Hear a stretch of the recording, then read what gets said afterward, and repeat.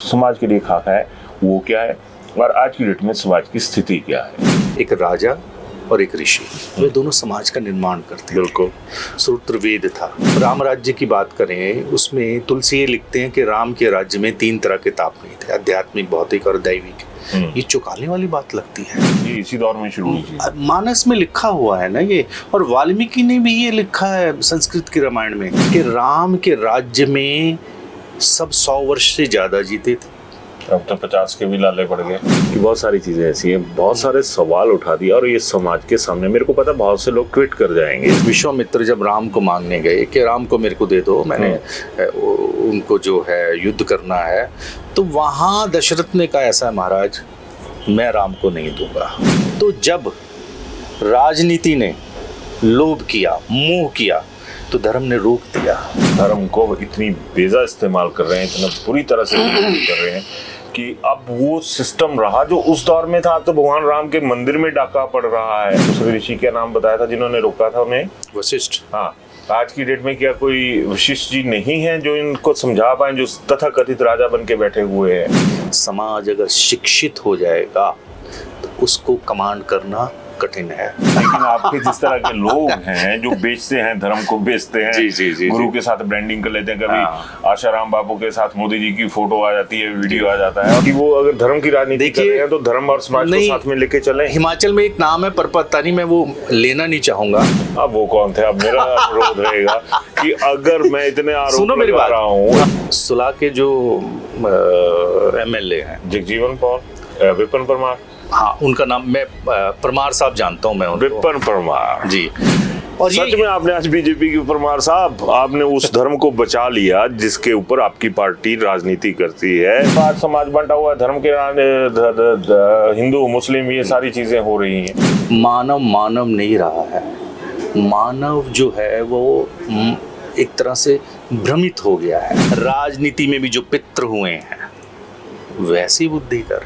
राजनीति में श्रेष्ठ पितरों की श्रेणी में कौन नजर आते हैं आपको? कि राम को जब वनवास मिला तो पिता रोक रहे हैं, मंत्री रोक रहे हैं, ब्राह्मण आगे के हम घी की आहुतियां छोड़ के आए, राम वन में मत जाओ। लेकिन जैसे गंगा पार करके गए हैं, किसी ऋषि ने नहीं रोका, राम आगे जाओ, राम आगे जाओ। क्यों? ये ऋषियों की राजनीति है। तो ये कितनी सुखकारी है तो ये भी राजनीति है।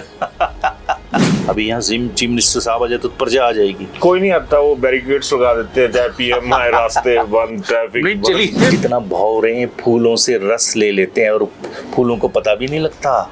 उतना ही कर लेना जनता से कि यहाँ पे क्या हो रहा है। जो आपके महात्मा हैं या कुछ हैं, वो ही सियासत में घुस गए जाके, कोई किसी पद पे। और ये एक दल का नहीं, तमाम दलों का यही है। एक ऋषियों का एक उक्ति है, वो बोलते ना अर्चिता अविद्वान को नमस्ते तक मत करो।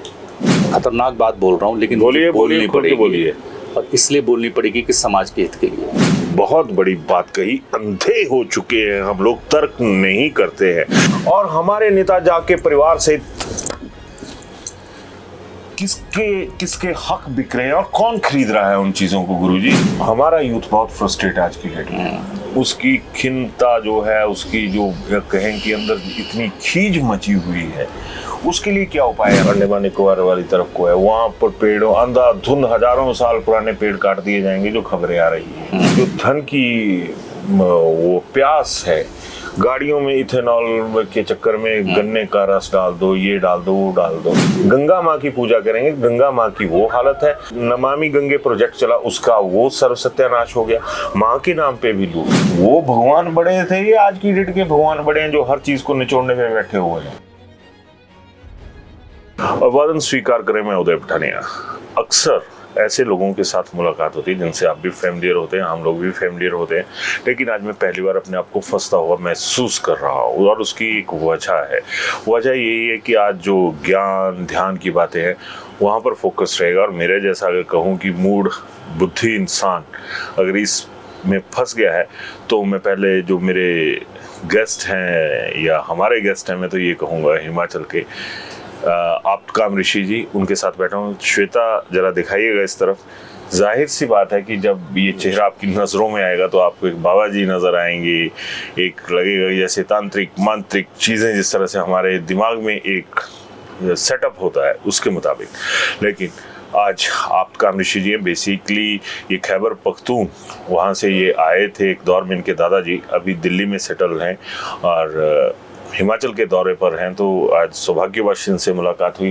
तो ऋषि जी, आपका बहुत बहुत स्वागत। बहुत बहुत तो जिस तरह से मैंने पहले कहा कि मैं मूल बुद्धि इंसान हूँ, तमाम मसलों में नहीं, हकीकत बता रहा हूँ, क्योंकि चालू भाषा में बात करने की आदत है और जिस तरह का माहौल है उसी तरीके से चलेंगे। लेकिन आपकी जो मोटी सी मेरे को एक पृष्ठभूमि पता लगी कि आप बहुत ही रिफाइंड हैं। तो ये भी पता चला कि आप समाज के लिए काम कर रहे हैं जिसके लिए कोई काम नहीं करता। नेता समाज के नाम पे वोट लूट जाते हैं, नेताओं पर अफसर राज कर जाते हैं। आपके दिमाग में जो समाज के लिए खाका है वो क्या है, और आज की डेट में समाज की स्थिति क्या है? देखिए, भारत में जब उन्नतीय भारत था तो उस वक्त सूत्र था वेद और ऋषि, पर दो लोग मुख्य थे, एक राजा और एक ऋषि। वे दोनों समाज का निर्माण करते थे। बिल्कुल। सूत्र वेद था। तो अगर हम राम राज्य की बात करें, उसमें तुलसी ये लिखते हैं कि राम के राज्य में 3 तरह के ताप नहीं थे, आध्यात्मिक, भौतिक और दैविक। ये चौंकाने वाली बात लगती है। किसी को चीख तक नहीं आती थी, कोई बीमार नहीं था, मानसिक रोगी नहीं था, शारीरिक रोगी नहीं था, भूकंप इत्यादि नहीं आते थे। तो ऐसा, हाँ, ये तो बहुत बड़ी बात है। ये इसी दौर में शुरू हुई चीज़। मानस में लिखा हुआ है ना ये, और वाल्मीकि ने भी ये लिखा है संस्कृत के रामायण में कि राम के राज्य में 3 तरह के ताप नहीं थे। महाभारत में वर्णन आता है कि वहाँ राम के विषय में चर्चा चल रही है कि राम के राज्य में सब 100 वर्ष से ज़्यादा जीते थे। अब तो 50 के भी लाले पड़ गए। ऐसा कोई नहीं था कि जो पहले आया वो दूसरा छोटा जीवित है और वो चला गया। नहीं, सब क्रम के अनुसार जाते थे। राम के राज्य में किसी की पानी में डूबने से मृत्यु नहीं होती थी, जलने से मृत्यु नहीं होती थी किसी की भी, मच्छर मक्खी इत्यादि बिल्कुल भी नहीं थे। देखिए, मैंने पहले कहा कि बहुत सारी चीज़ें ऐसी हैं, बहुत सारे सवाल उठा दिया और ये समाज के सामने, मेरे को पता बहुत से लोग क्विट कर जाएंगे इस वार्तालाप को, लेकिन ये बहुत ज़रूरी हो जाएगा कि थोड़ी सी चीज़ें जो है आप्तकाम ऋषि जी की वो समझनी पड़ेंगी। खैर जी, तो ये व्यवस्था कैसी थी? क्या कोई जादू था, टोना था? नहीं, ये विज्ञान था, मैनेजमेंट था। और ये मैनेजमेंट अभी भी वेद में है, शास्त्रों में, उपनिषदों में है। उस चीज को उन्होंने वहां तब निर्धारित किया, लागू किया, जिससे कि समाज उन्नत था। मानस में ही एक हमें ऐसा दृष्टांत मिलता है कि जहां दशरथ अपने गुरु के पास गए, वशिष्ठ के पास, और कहते 60 वर्ष की मेरी आयु हो गई है, मैंने प्रजा की पुत्रवत इतनी सेवा की, मैं ये भूल ही गया मेरे संतान नहीं है। क्या शब्द है ये! हे गुरुदेव, मैं तो भूल ही गया, मैंने संतान की पुत्रवत मैंने सेवा की है, तो आप मुझे आशीर्वाद दीजिए जिससे मेरे कुल भी तो चले। मैं तो 60 वर्ष का हो गया हूँ। कैसी सेवा भावना है।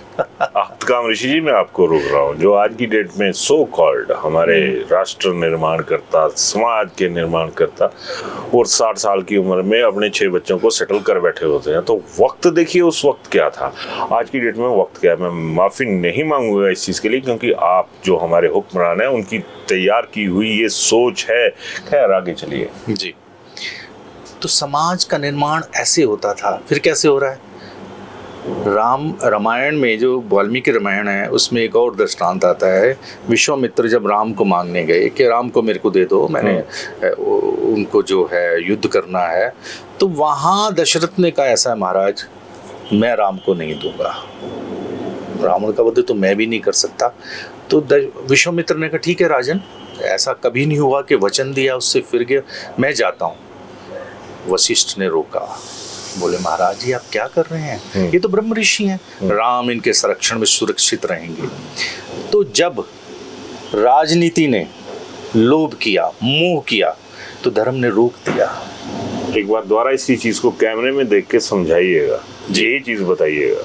देखिए ऐसा है, जब ब्रह्म ऋषि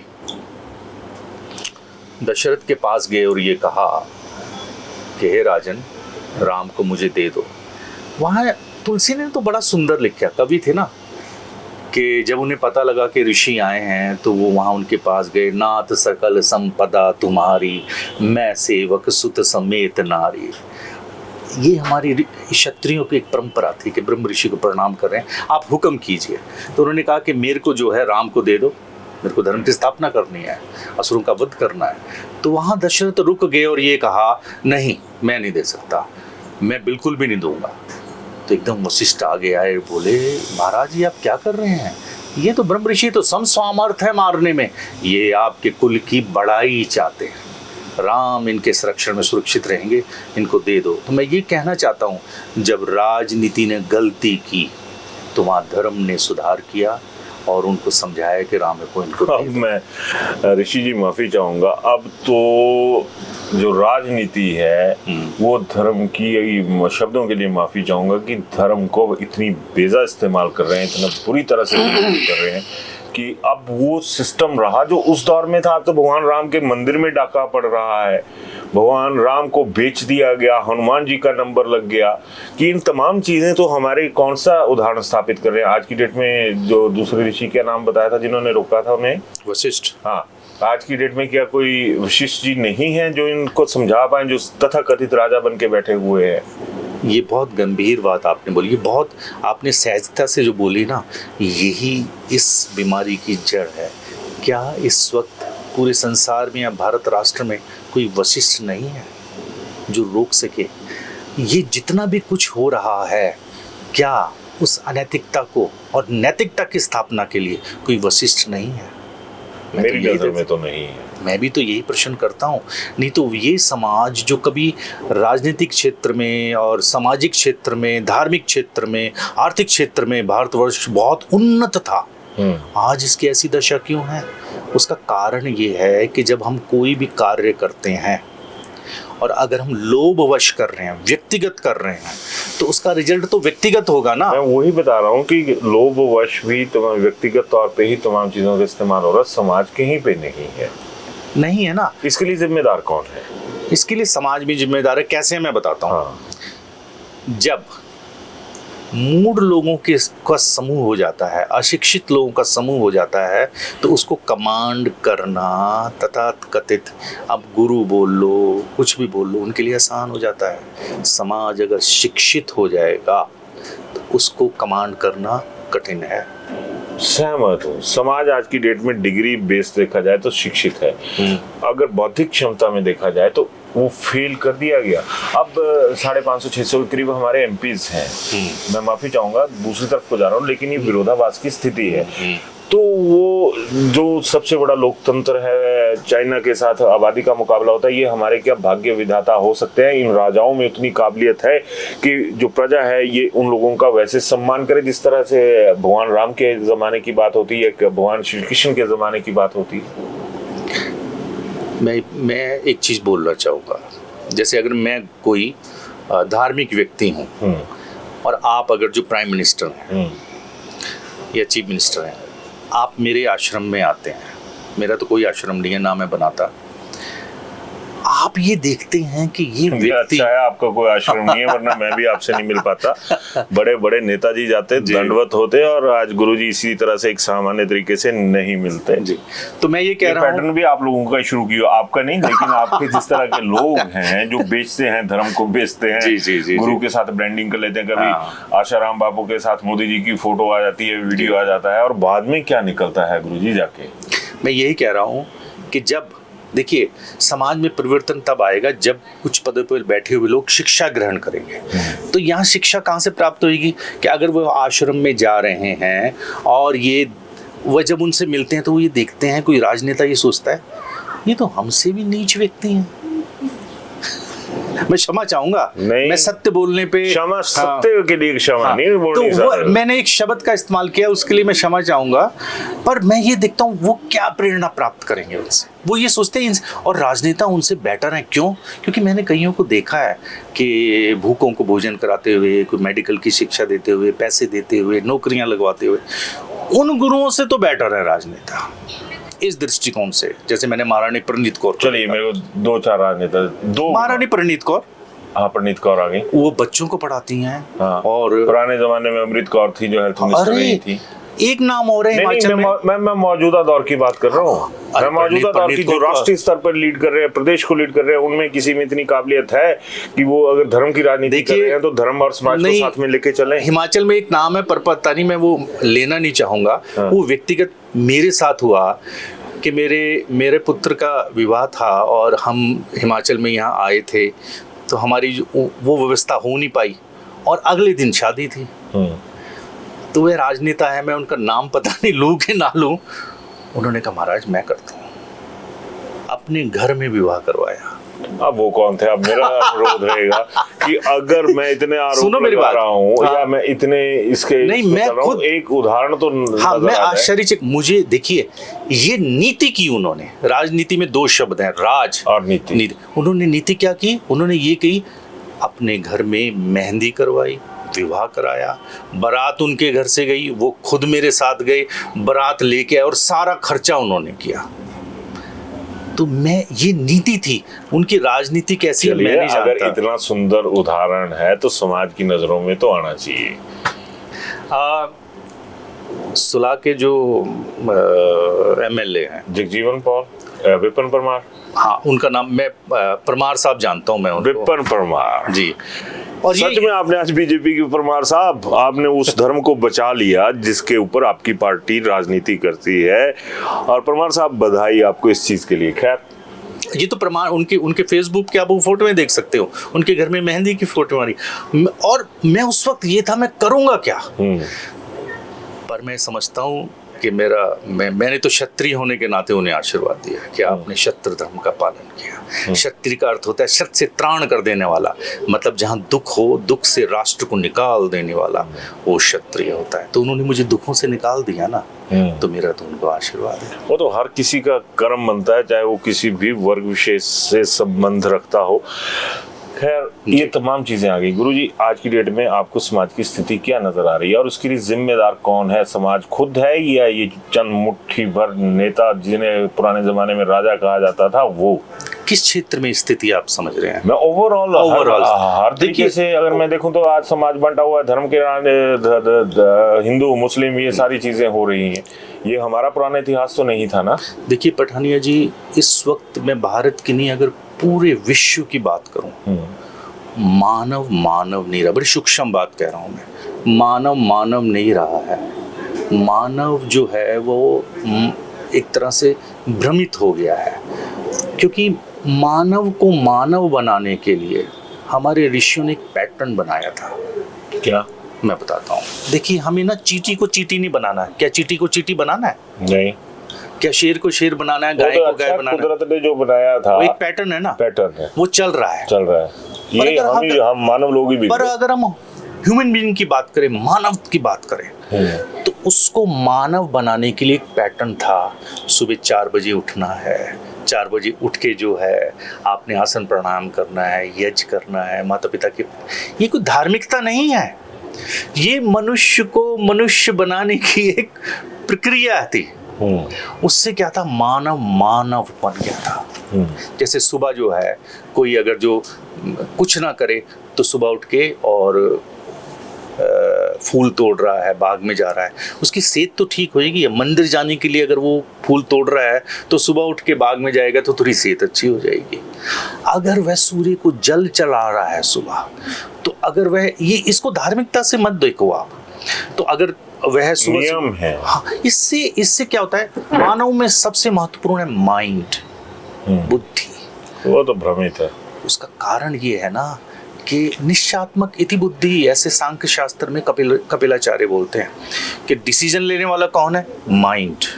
अब माइंड क्या है, आपकी आंखों ने कोई चीज देखी, जैसे ये देखा ब्रह्मदंड, और इसको ऐसे देखा, फिर बुद्धि ये क्या है। हाँ, मेरे भी ये चला था कि ये क्या है, इतनी मौली बांधी हुई है, इतना ये है। ये ब्रह्मदंड होता था, राजा जब बैठता था ना गद्दी पे, हाँ, तो जो ब्रह्म ऋषि था उसके पीठ पे मारता था ये राजा, ऋषि, ब्रह्म ऋषि के ऐसे, और ये सोचता था तू ये मत समझना तेरे ऊपर कोई दंड नहीं है, तुझे दंड देने वाला धर्म दंड है।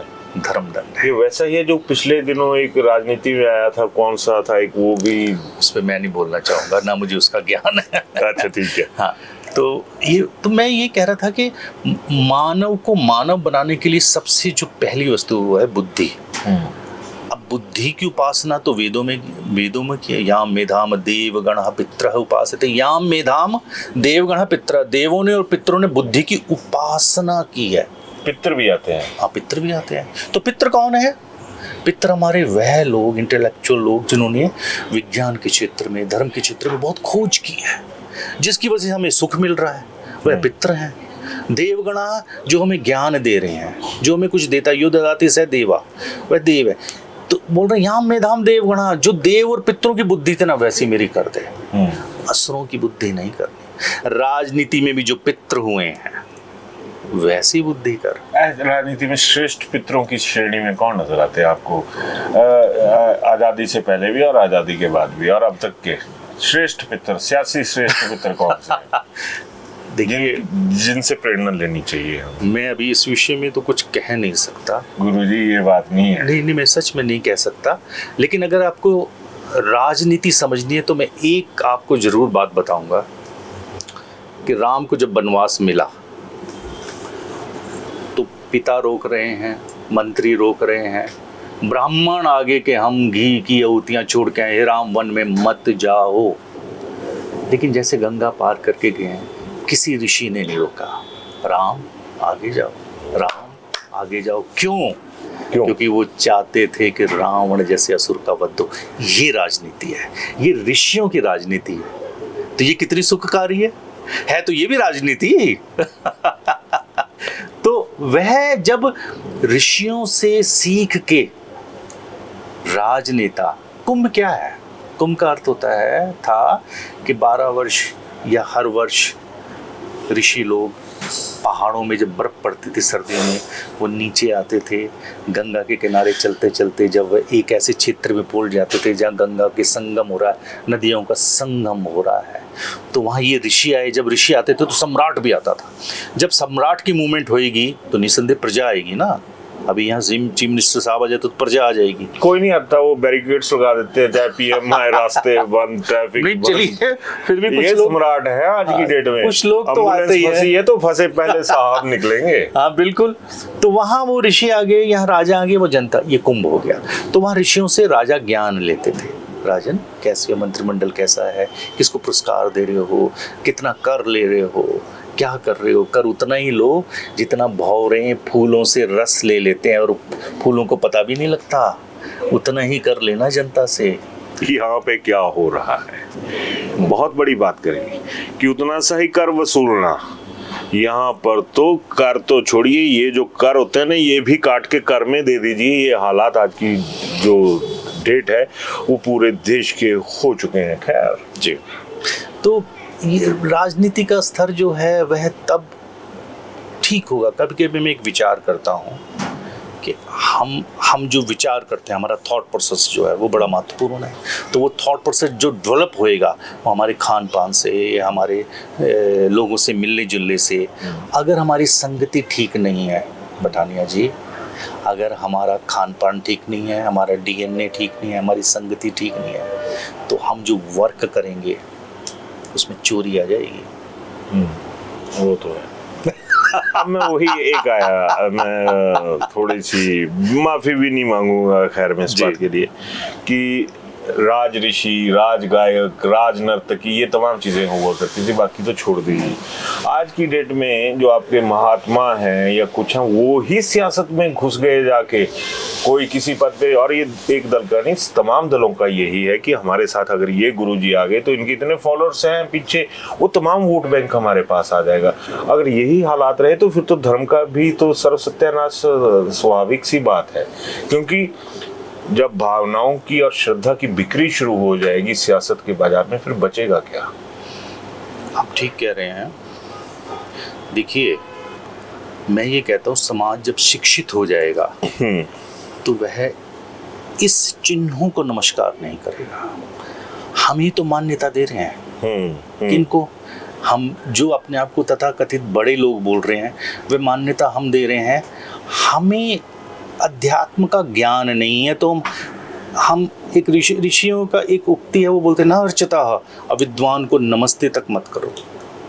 वाह, मतलब हमारा जो पुरानी विचार व्यवस्था, विचार से जुड़ी हुई चीजें थी वो गौण होके रह गई। हाँ, ये बात आपने बोली। मैं इसमें एक चीज और जोड़ देता हूँ, बहुत खतरनाक बात बोल रहा हूँ लेकिन बोलिए बोलनी पड़ेगी, बोलिए।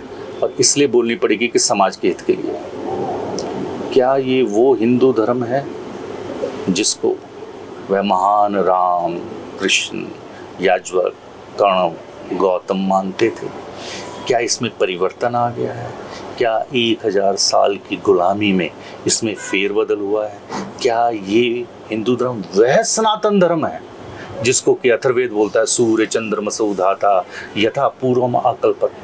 ये मेरा समाज के हर उस वर्ग से कहना है, सचेत होइए, जागृत होइए। जब कोई भी धार्मिक पुरुष आपको दिखाई दे तो जरूर उनसे प्रश्न कीजिए। क्यों?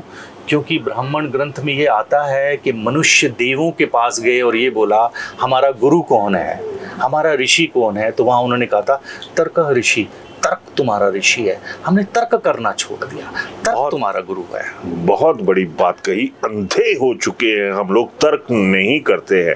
तर्क करेंगे आपस में, मेरे जैसा कोई बेवकूफ आदमी है मेरे साथ तर्क कर लेंगे, लेकिन जहाँ पे तर्क की शक्ति खत्म हो जाएगी वहां पे तमाम। खैर ऋषि जी, थोड़ा सा मैं दूसरी तरफ आ रहा हूं। जो इस मार्ग पे निकल गया, जिस तरह के मार्ग पे आप चले हुए, वहां पर तो तमाम चीजों की, भौतिक सुखों की तिलांजलि होना नितांत आवश्यक भी है और होनी भी चाहिए। यहाँ पे क्या हो रहा है, अगर हिमाचल के संदर्भ में बात करो, इतने डेरे खुल गए, पूरे के पूरे पहाड़ साफ कर दिए, भूख नहीं खत्म होती, पानी के स्रोत बंद हो गए हैं। हाँ, बस वहां जरा कैमरे में बोलिए। नहीं, मैंने तो इशारा किया। इशारा है, इशारा नहीं है, हकीकत बताई है। और हमारे नेता जाके परिवार सहित किसके हक बिक रहे हैं और कौन खरीद रहा है उन चीजों को गुरुजी? अब वही चीज आ गई कि हिंदू धर्म की तो ब्रांचेस ही बहुत बड़ी हो गई और उसमें बिखराव भी आ गया। अगर जिस हिंदू धर्म की बीजेपी बात करती है या दूसरे दल बात करते हैं, उसमें तो ब्रांच ऑफिस इतने खुल गए हैं कि ये फलाने बाबा जी हैं, ये फलाने बाबा जी हैं। असली बाबा जी कहाँ गए किसी को कोई पता नहीं है। ये भूख क्यों है? ये समाज जब तक ज्ञानवान नहीं होगा तब तक हम जो है ना सुखी नहीं होंगे। समाज को ज्ञानवान होना ही पड़ेगा। पर समाज ज्ञानवान कैसे होगा? समाज जैसे धार्मिकता को छोड़ के मेटलिज्म में ज्ञानवान है, उसी तरह समाज को अध्यात्म में भी पठानी सब ज्ञानवान होना पड़ेगा। चलिए, यहाँ तक तो सारी चीजें आ गई। मैं लास्ट में जा रहा हूँ। हमारा यूथ बहुत फ्रस्ट्रेट है आज की डेट में। उसकी खिन्नता जो है, उसकी जो कहें कि अंदर इतनी खीज मची हुई है, उसके लिए क्या उपाय है? हमारे राजा तो कुछ करके राजी नहीं। इनको तो वोट चाहिए, बेवकूफ बनाने नहीं है पब्लिक। ए आएगा, बी आएगा, सी आएगा, और हम जेड की कैटेगरी में भी हमारा यूथ जो वो नहीं रहता। उनके लिए क्या आप मैसेज देना चाहेंगे ताकि उनकी जिंदगी भी सुधर जाए? मानसिक तनाव से किस तरह से बचें वो लोग? देखिए, युवा अवस्था एक ऐसी अवस्था होती है जहाँ प्रचंड शक्ति होती है। अब अगर ये कहा गया कि पृथ्वी, अग्नि, जल, वायु 5 तत्वों से ये शरीर बना है, तो एक तत्व ही इतना खतरनाक होता है कि सुनामी आ ले आता है। वो सुनामी आ जाती है ना पानी के तत्व से। वायु का तत्व इतना खतरनाक होता है कि कारों तक को उड़ा देता है वो। तो अगर ये 5 तत्वों का शरीर बना है, इसको जिसने कंट्रोल कर लिया वो ही तो भारतीय संस्कृति थी। कंट्रोल किस बस पे करना गुरुजी? कंट्रोल करने के लिए इन लोगों ने कोई हालात नहीं छोड़े हैं। आज की डेट में आप आत्महत्या की दर देखो, छोटे छोटे बच्चे वो आत्महत्या करने की तरफ चले गए। यूथ फ्रस्ट्रेट होके बैठा हुआ है। तो इन लोगों के सहारे रहें या कुछ करें? या ये एक सीधा सा मैसेज आऊंगा कि इन नेताओं का, इन अफसरों का भरोसा करना छोड़ दीजिए, अपनी इस पे भरोसा करिए। पर फिर बात फिर वही आ जाएगी कि खुद पे भरोसा करके साबित भी कहाँ करेंगे जाके। देखिए, अवसर हमेशा रहता है। निराशा जो होती है ना, वह हमारे आत्मा को, बुद्धि को क्षीण करती है। निराश नहीं होना, अवसर हर क्षेत्र में होता है। अपनी योग्यता को बढ़ाना। मैंने एक चीज निवेदन किया था, मनुष्य को मनुष्य बनाने के लिए जो हमारे यहाँ एक जीवन पद्धति थी, जिसको सुप्रीम कोर्ट ने कहा हिंदू कोई धर्म नहीं है, ये तो एक जीवन शैली है, वह जीवन शैली इतनी महान है। हम तो बहते जल को माँ गंगा कह देते हैं ना। बिल्कुल बिल्कुल। हम पीपल को भी पूछते हैं। तो लॉजिक ये है कि वह सभ्यताएं नदी के किनारे हुई हैं हमेशा, और वह गंगा जल जो है उसके किनारे ऋषियों के आश्रम होते थे। पीपल हमें ऑक्सीजन देता है। और मैं उसी बात पे आऊँगा गुरुजी, ठीक है जी, अब बात कंप्लीट जी। तो हम मानवता वाले और हृदय वाले वो लोग थे। क्यों थे? क्योंकि हमारी परंपराएं ऐसी थी। हमारी आपने समुद्र की बात करी। अभी जो समुद्रों के बीच में एक, मेरे को नाम भूल रहा है, एक अंडमान निकोबार वाली तरफ को है, वहां पर पेड़ों अंधाधुंध हजारों साल पुराने पेड़ काट दिए जाएंगे, जो खबरें आ रही हैं। और वहां पे जो समुद्र से जुड़ी हुई प्रजातियां हैं या दूसरी चीजें हैं वो खत्म हो रही। गंगा की बात करते हैं, हमने तो समुद्र को भी निगलने का पूरा बंदोबस्त कर लिया है।